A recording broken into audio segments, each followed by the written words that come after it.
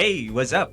And tayo po ay nandito ngayon sa first ever video po natin sa gagawin nating unboxing and technology related po na channel.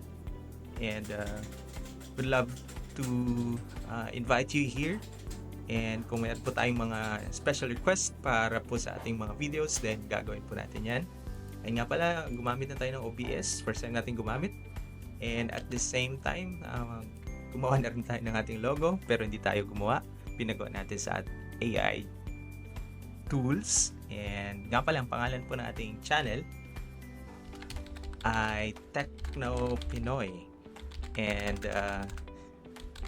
matagal na po kasi akong di gumagamit ng Photoshop, kaya pinagagawa na lang po natin sa AI. And medyo maganda naman ang, I think, kalalabasan ng logo na ginawa ng AI. So, pina-enhance pa natin sa ating AI image gen.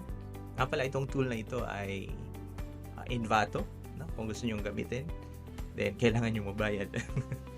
Ito po yung ating napiling logo.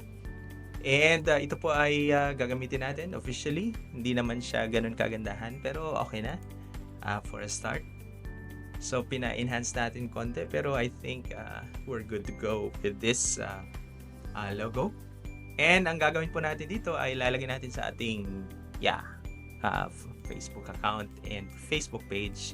So dito po natin nilalagay lahat ng mga videos, and at the same time unboxing series, something like that, and anything that is related sa technology. And ito po yung ating Facebook, ito rin po ating YouTube. So magpo-post po ako ng maraming videos.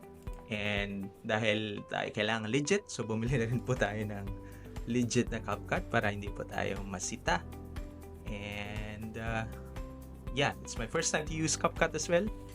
But to discuss kung ano po yung pinaka-purpose ng ating channel ay ako po ay mahilig talaga po sa technology, and I'd like to share my knowledge and of course to learn with you as well.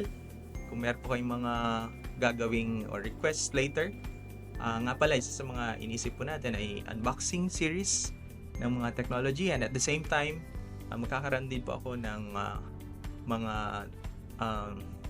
mga series po ng ating mga susubaybayan na technology na personal ko pong gagamitin, and like solar panels, solar related batteries, kasi ako po ay electronics din, and at the same time ako rin po ay mahilig din po sa technology, so that's why i-incorporate po natin ating nalalaman. And nga pala, welcome sa ating Techno Pinoy. God bless you.